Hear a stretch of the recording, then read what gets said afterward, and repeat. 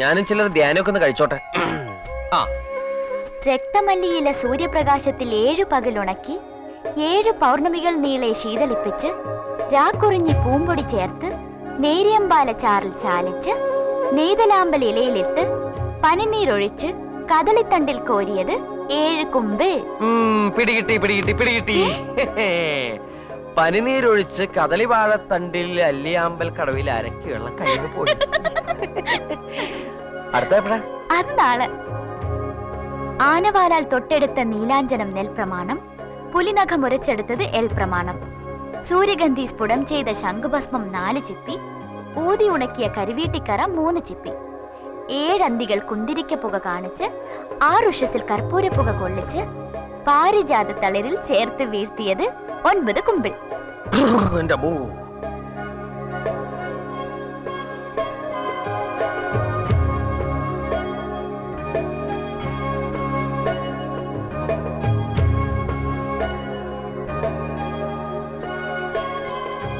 എനിക്ക് കിട്ടി ദേവു, എനിക്ക് കിട്ടി. വെളിച്ചം പോലെ, തെളിച്ചം പോലെ എന്തോ ഒന്ന്. നിങ്ങളുടെ അമൂല്യ മരുന്നിന്റെ രഹസ്യക്കൂട്ട് ഞാൻ ഒറ്റയടിക്ക് പറഞ്ഞേപ്പിക്കട്ടെ. വെറുതെ വീമ്പിളക്കാതെ. പറയട്ടെ? പറയില്ല. തീർച്ച? തീർച്ച. എന്നാ ആദ്യം മുതൽ കേട്ടോളൂ. രക്തമല്ലിയിലെ സൂര്യപ്രകാശത്തിൽ 7 പകലുണക്കി 7 പൗർണമികൾ നീളെ ശീതളിപ്പിച്ച് രാക്കുറിഞ്ഞി പൂമ്പൊടി ചേർത്ത് നേരിയമ്പാല ചാറിൽ ചാലിച്ച് നെയ്തലാമ്പൽ ഇലയിലിട്ട് പനിനീരൊഴിച്ച് കദളിത്തണ്ടിൽ കോരിയത് 7 കുമ്പിൾ. ആനവാലാൽ തൊട്ടെടുത്ത നീലാഞ്ജനം നെൽപ്രമാണം, പുലിനഖം ഉരച്ചെടുത്തത് എൽ പ്രമാണം, സൂര്യഗന്ധി സ്ഫുടം ചെയ്ത ശംഖുഭസ്മം 4 ചിപ്പി, ഊതി ഉണക്കിയ കരുവീട്ടിക്കറ 3 ചിപ്പി, 7 അന്തികൾ കുന്തിരിക്കപ്പുക കാണിച്ച് 6 ഉഷസിൽ കർപ്പൂരപ്പുക കൊള്ളിച്ച് പാരിജാതത്തളിരിൽ ചേർത്ത് വീഴ്ത്തിയത് 9 കുമ്പിൾ. നീലക്കറുക തിന്നുന്ന പുള്ളിപ്പശുവിന് 2 കൃഷ്ണപക്ഷം ചാമത്തവിട് ഊട്ടി വെളുത്ത പക്ഷത്തെ ഏകാദശി വരെ മുത്തങ്ങ ചതച്ചിട്ട ഞവരക്കാടി കൊടുത്ത് ദ്വാദശി നാൾ പുലരും മുമ്പ് പുല്ലാങ്കുഴലാൽ യമുന കല്യാണി കേൾപ്പിച്ച് താമര ഇതളിൽ കറന്നെടുത്ത പാല് സമം വെള്ളം ചേർത്ത് 18 പ്ലാവിലെ ഞെട്ടിട്ട് കാഞ്ഞിരക്കാതൽ കത്തുന്ന അടുപ്പത്ത് കാച്ചിക്കുറുക്കി കാലളവാക്കി ത്രിപല പൊട്ടിട്ട് വെണ്ണമട്ടിൽ കൊഴുപ്പിച്ച് ഓടത്തണ്ടിൽ നിറച്ചത് 3 കുഴൽ. എങ്ങനെയുണ്ട്?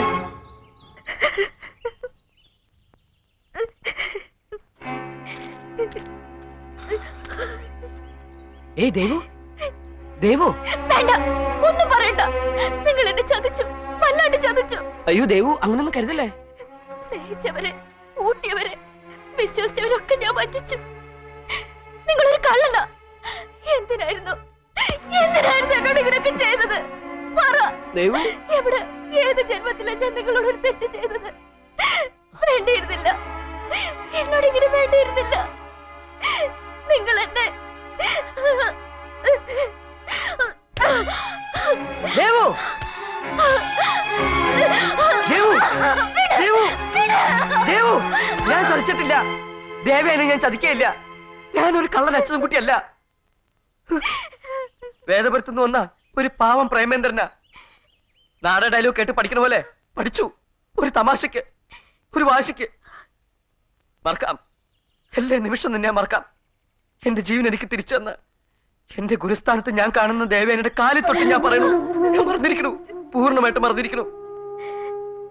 ആരോടെങ്കിലും ഇത് പറയാനായി ഇനിയൊരു വരി പോലും എനിക്ക് ഓർമ്മ വരില്ല. വിശ്വസിക്കന്നെ, വിശ്വസിച്ച മാത്രം മതി. എന്നാൽ എങ്ങനെ പഠിച്ചിത്ര പെട്ടെന്ന്? ഞാനും എന്തൊക്കെയോ പറഞ്ഞു, ക്ഷമിക്കണം. പണ്ട് അസുര ഗുരുവായ ശുക്രാചാര്യന്റെ മകൾ ദേവയാനിയെ മോഹിപ്പിച്ച് മൃതസഞ്ജീവിനി രഹസ്യം തട്ടിയെടുക്കാൻ വന്ന കജനെ പോലൊരു കള്ളനല്ല നിങ്ങള്, ചതിയനുമല്ല, എനിക്കറിയാം. പക്ഷേ ആരുമാണ്? ആരും പറഞ്ഞില്ലേ, ഒരു പാവ നാടകക്കാരൻ, ഒരു കിണറൂത്തി. അല്ല, അതിനൊക്കെ മുകളിൽ, വളരെ മുകളിൽ. ഒന്ന് പറ, ആരാ നിങ്ങൾ? ആരാ? ഇതെന്ത് ചോദ്യ? ദേവയാനി ജീവൻ വെപ്പിച്ചെന്ന വെറും ഒരു ശരീരം. ഞാൻ പോവാ. ദേവു, നിന്നെ. ഇല്ല, പോവാ. ഒന്ന് നിന്നെന്ന്. എന്നോട് നിന്നെ വഴക്കിട്ടി കാട്ടിലുപേച്ച് പോന്നെ.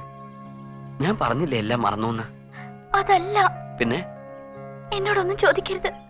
ചോദിക്കും. എനിക്കിനി കില്ലാടിക്കുട്ടിന്ന് വിളിക്കാൻ പറ്റില്ല. അതെന്താ? എന്റെ ചികിത്സയിലായിരുന്നപ്പോ എനിക്കൊരു കുഞ്ഞിനെ പോലെയായിരുന്നു.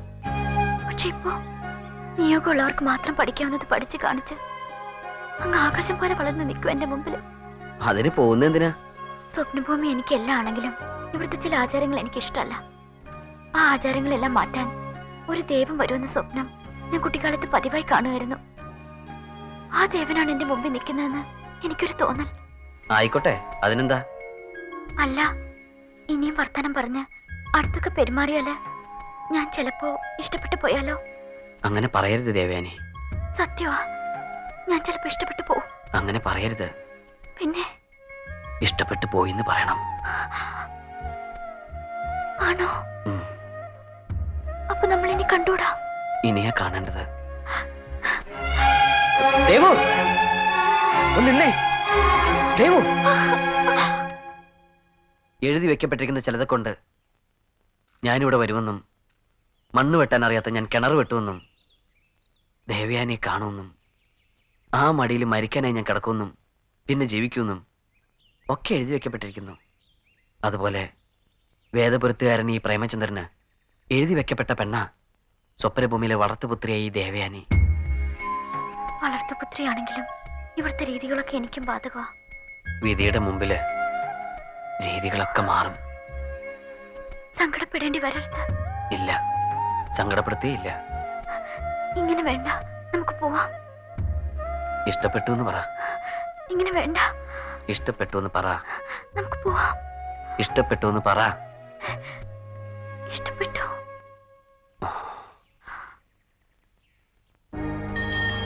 യജ്ഞകന്തസാത്വികാഃ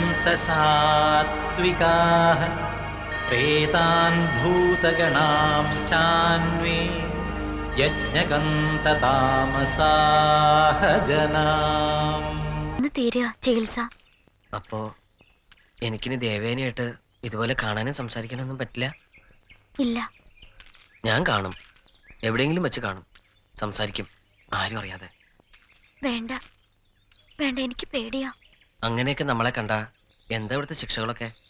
കുറ്റം ആണിൻ്റെതാണെങ്കിൽ കൈ വെട്ടിമാറ്റും.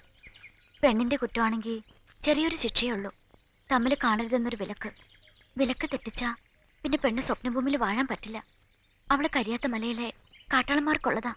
കൈ വെട്ടി മാറ്റിയാലും സാരമില്ല. എനിക്ക് ദേവുവിനെ കാണണം, സ്വകാര്യമായി. കാണാനും ഞാൻ സമ്മതിക്കില്ല. അഥവാ കണ്ടുപിടിക്കപ്പെട്ട ആ കൈ വെട്ടിയെടുക്കാനും ഞാൻ സമ്മതിക്കില്ല. ഞാനൊന്ന് ചോദിച്ചോട്ടെ? എന്താ? ആരും അറിയാതെ വന്നേക്കുന്നു എന്റെ കൂടെ വേദപുരത്തേക്ക്? ഇല്ല, ഒരിക്കലും ഇല്ല. എനിക്കിഷ്ടമല്ല അങ്ങനെയൊക്കെ. പിന്നെ ഞാൻ എന്താ ചെയ്യേണ്ടത്? നിങ്ങളുടെ ഈ ആചാരങ്ങളൊക്കെ മാറാൻ എന്താ ഒരു വഴി? മാറും, അതിനുള്ള സമയം തുടങ്ങി. സ്വന്തം വെള്ളം ഇവിടെ ഒഴുകി കഴിയുമ്പോ ചില വ്യതിയാനങ്ങളൊക്കെ വരും. വന്നേ പറ്റൂ. അപ്പൊ മെല്ലെ മെല്ലെ പല രീതികളും മാറും. ഇവിടുള്ളവരെല്ലാം ചേർന്ന് എന്നെ ഒരു ആഘോഷമായി വേദപുരത്ത് എത്തിച്ചു തരും. എന്റെ ഒരു മോഹം അത്. അങ്ങനെ സംഭവിക്കുമെന്ന് കരുതുന്നുണ്ടോ? ഉണ്ട്. അതിന് ഒരുപാട് നാളുകൾ എടുത്താലോ? ഞാൻ കാത്തിരിക്കും. 10-15 വർഷങ്ങൾ എടുത്താലോ?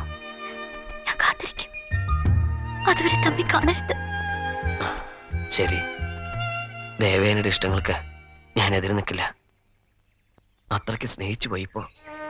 ചികിത്സ ഇപ്പോ ഇവിടെ വെച്ച് തീരുകയാണ്. ഇത്രയും കാലം ഞാൻ ചികിത്സിച്ചത് മറ്റാരുമല്ല, എന്റെ ദേവനെ തന്നെയായിരുന്നു എന്ന സന്തോഷമുണ്ട് എനിക്ക്. ഇനി ഈ ശരീരത്തില് ദേവേനെ തൊടില്ലെന്നറിയാം. അതുകൊണ്ട് ഞാനൊന്ന് തൊടുക അവസാനമായി.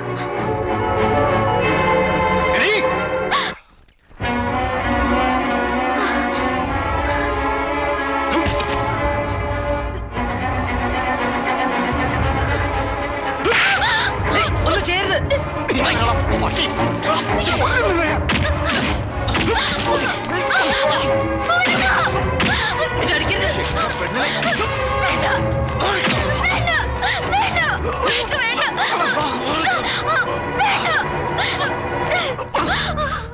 എടാ മാറി, നീ ഇവിടെ വന്നത് കിണർ പണിയാനോ പെണ്ണ് പിടിക്കാനോ? ചൊല്ലും ചെലവും തന്ന് നിന്നെ ഈ മണ്ണി കാലുകുത്തിച്ച എന്റെ പെണ്ണിനെ തന്നെ വേണം നിനക്ക്. അല്ല, മറുനാട്ടിൽ നിന്ന് സ്വപ്നഭൂമി കയറി പെണ്ണിനെ തൊട്ടവന്റെ കൈ കരിയാത്തമ്മലെ കാട്ടിൽ നായിക്കൊള്ളതാ അറിയോ?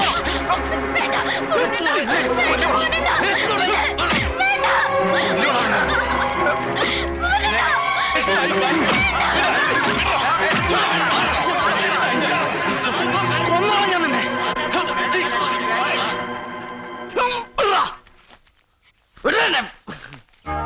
ആയിരം വ്രതം നോറ്റ് നാഡീവൈദ്യം പഠിച്ച പെണ്ണെന്ന നിലയിൽ ഏതാണുങ്ങളുടെ ദേഹം ഒഴിഞ്ഞ് രാപ്പാർത്തകളെ ഇവിടെ പിഴച്ചു പോയില്ല എന്നൊരു വിശ്വാസം ഉണ്ടായിരുന്നു സ്വപ്നഭൂമിക്കാർക്ക്. നമ്മളെ മുഴുവൻ വഞ്ചിക്കായിരുന്നവള്. എന്താ ഇവിടെ? എന്താ ഈ നിൽക്കുന്ന സോമാജി വൈദ്യന്റെ മോക്ക് കിണറൂത്താൻ വന്ന വേദപുരക്കാരനുമായിട്ട് സ്വപ്നഭൂമിക്ക് നിരക്കാത്ത ചില ബന്ധങ്ങളുണ്ട്. അവിഹിത ബന്ധം. അതിപ്പോ ഞാൻ നേരിക്കണ്ടു. ചികിത്സയുടെ പേരും പറഞ്ഞ് നമ്മളൊക്കെ ഇവിടെ കബളിപ്പിക്കായിരുന്നു. മോളെ വേണ്ട, നാട്ടുകൂട്ടത്തിന്റെ തീരുമാനം പറഞ്ഞിട്ട് നീ മിണ്ടിയാ മതി. അങ്ങോട്ട് മാറി കരുത്. ഇതെന്ത് ന്യായവാ? ഇവിടെ ഇപ്പൊ ഭൂരപ്പം പറഞ്ഞ ഒരു പക്ഷമല്ലേ കേട്ടിട്ടുള്ളൂ, ഇതിനൊരു മറുപക്ഷമില്ലേ? അതും കേൾക്കണ്ടേ? അതാ ശരി. നാട്ടുകൂട്ടത്തിലെ അംഗങ്ങളും ഗണനാഥനും ഇവിടെ ഇപ്പോൾ ഉള്ള സ്ഥിതിക്ക് ഇനി ഇത് നീട്ടിവെക്കേണ്ട കാര്യമില്ലല്ലോ. പറയാനുള്ളത് കേട്ടിട്ട് ഒരു തീരുമാനം എടുക്കുന്നതല്ലേ നല്ലത്. മരുത്താള വൈദ്യപ്രകാരം നാഡീ ചികിത്സ നടത്തുന്ന ഈ കുട്ടിയുടെ കാര്യത്തിൽ ഭുവനപ്പം പറയുന്ന പരാതികൾ മുഖവിലക്കെടുക്കാൻ പറ്റില്ല. നാഡീ ചികിത്സാ മുറകളിൽ ചിലത് പുറമേ നിൽക്കുന്നവർക്ക് തെറ്റിദ്ധാരണ ഉണ്ടാക്കും. അതുകൊണ്ട് ഇക്കാര്യത്തിൽ പെൺകുട്ടിയുടെ വിശദീകരണം മാത്രമേ ഞാൻ സ്വീകരിക്കൂ. കുട്ടിക്ക് പറയാനുള്ളത് പറഞ്ഞോളൂ. മനസാ വാചാ കർമ്മണ കുട്ടിക്ക് ഇയാളുമായിട്ടുള്ള സമ്പർക്കം ചികിത്സാവിധിയുമായി ബന്ധപ്പെട്ടതാണെങ്കിൽ അത് തുറന്നു പറഞ്ഞോളൂ. ഇക്കാര്യത്തിൽ കുട്ടിയുടെ മറുപടിയാണ് എനിക്ക് പ്രമാണം. പറഞ്ഞോളൂ.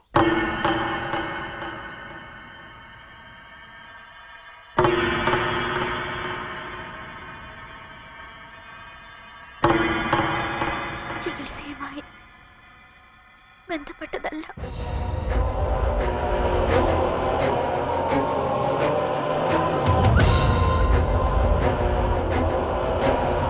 കുറ്റം സമ്മതിച്ചിരിക്കുന്ന സ്ഥിതിക്ക് കീഴ്വഴക്കനുസരിച്ചുള്ള എല്ലാ ശിക്ഷകളും കൊടുത്തേ പറ്റൂ. ദേവേൻ ഒരു തെറ്റും ചെയ്തിട്ടില്ല. ഞാനാ കഴിയുന്നത്രയും ഒഴിഞ്ഞു മാറാൻ ശ്രമിച്ച ആ കുട്ടിയെ അതിക്രമിച്ച് കടന്നു പിടിച്ചത് ഞാനാ.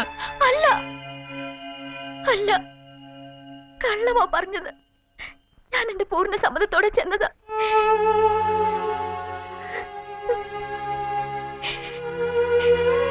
രണ്ടുപേരുടെ ഉള്ളിരിപ്പ് കേട്ടല്ലോ.